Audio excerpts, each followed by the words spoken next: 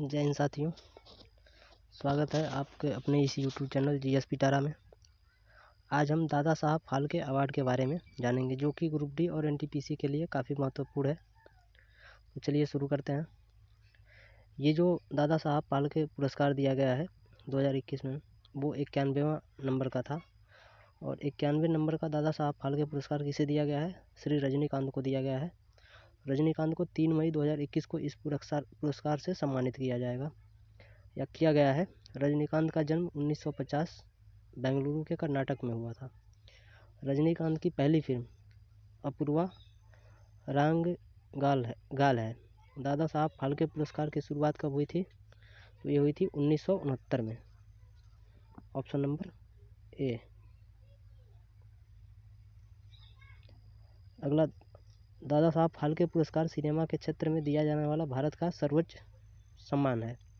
यह पुरस्कार केंद्र सरकार के सूचना एवं प्रसारण मंत्रालय के द्वारा प्रत्येक वर्ष दिया जाता है। वर्तमान में सूचना प्रसारण मंत्रालय के मंत्री जो हैं प्रकाश जावड़ेकर जी हैं। दादा साहब फाल्के पुरस्कार भारतीय सिनेमा के पितामह दादा साहब फाल्के की याद में दिया जाता है। अगला है दादा साहब फाल्के का पूरा नाम। तो ये है option number B, Dhundiraj Govind Phalke. Dadasaheb Phalke का पूरा नाम। दादा साहब फाल्के का जन्म हुआ था 1870 में नासिक, जो कि महाराष्ट्र में पड़ता है, और मृत्यु हुआ था 1944 में।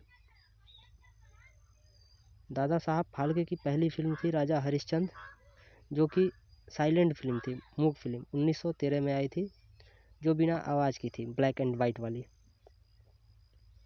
आगे फिर भारत की पहली बोलती फिल्म थी आलम आरा, जो कि 1931 में रिलीज हुई थी, और इसमें आवाज़ थी, ये बोलती फिल्म थी। दादा साहब फाल्के पुरस्कार के तहत कितने रुपए की इनामी राशि दी जाती है? तो इसमें दादा साहब फाल्के अवार्ड जिसको दिया जाता है वो 10 लाख रुपए होती है। दादा साहब फाल्के पुरस्कार के तहत 10 लाख रुपए के साथ एक स्वर्ण पदक, कमल और एक शॉल दिया जाता है। पहली बार दादा साहब फाल्के पुरस्कार 1969 में दिया गया था, क्योंकि शुरुआत 1969 में हुआ था, और मिला किसे था? देविका रानी को।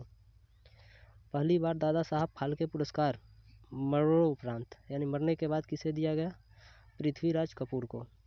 पहली बार पृथ्वीराज कपूर को मरणोपरांत दादा साहब फाल्के पुरस्कार दिया गया था।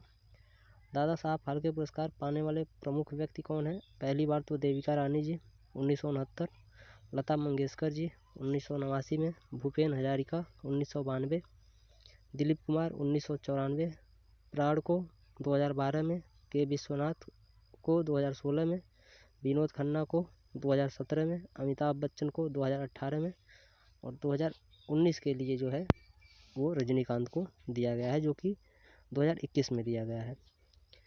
अब व्यास सम्मान है। 30वें व्यास सम्मान 2020 के किस लेखक को सम्मानित किया गया है? तो परोशरत पगारे। व्यास सम्मान की शुरुआत कब हुई थी? 1991 में। वर्ष 2020 में 30वां व्यास सम्मान दिया गया है। और व्यास सम्मान के बीड़ा फाउंडेशन द्वारा हिंदी लेखन में 10 वर्षों के उत्कृष्ट साहित्यिक कार्य के लिए दिया जाता है। वर्तमान में इसके लिए इनामी राशि जो है वो 4 लाख रुपए है, एक प्रशस्ति पत्र और एक पट्टिका दी जाती है। परोशरत पगारे को उनको किस उपन्यास के लिए व्यास सम्मान 2020 दिया गया?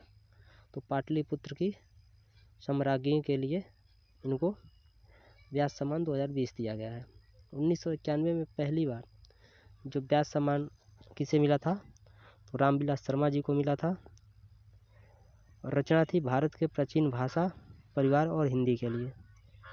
के बिरला फाउंडेशन के द्वारा दिए जाने वाले सभी पुरस्कार कौन कौन से हैं? व्यास सम्मान 1991 पहला रामविलास शर्मा को, रचना भारत के प्राचीन भाषा, परिवार और हिंदी।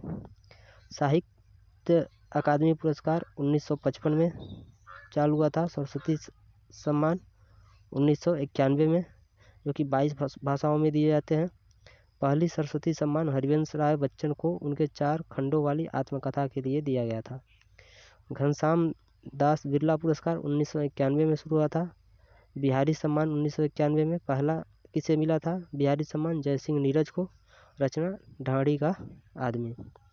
तो चलिए आज का ये एपिसोड समाप्त होता है। अगर वीडियो पसंद आई हो तो लाइक शेयर और चैनल को सब्सक्राइब करें। धन्यवाद। जय हिंद।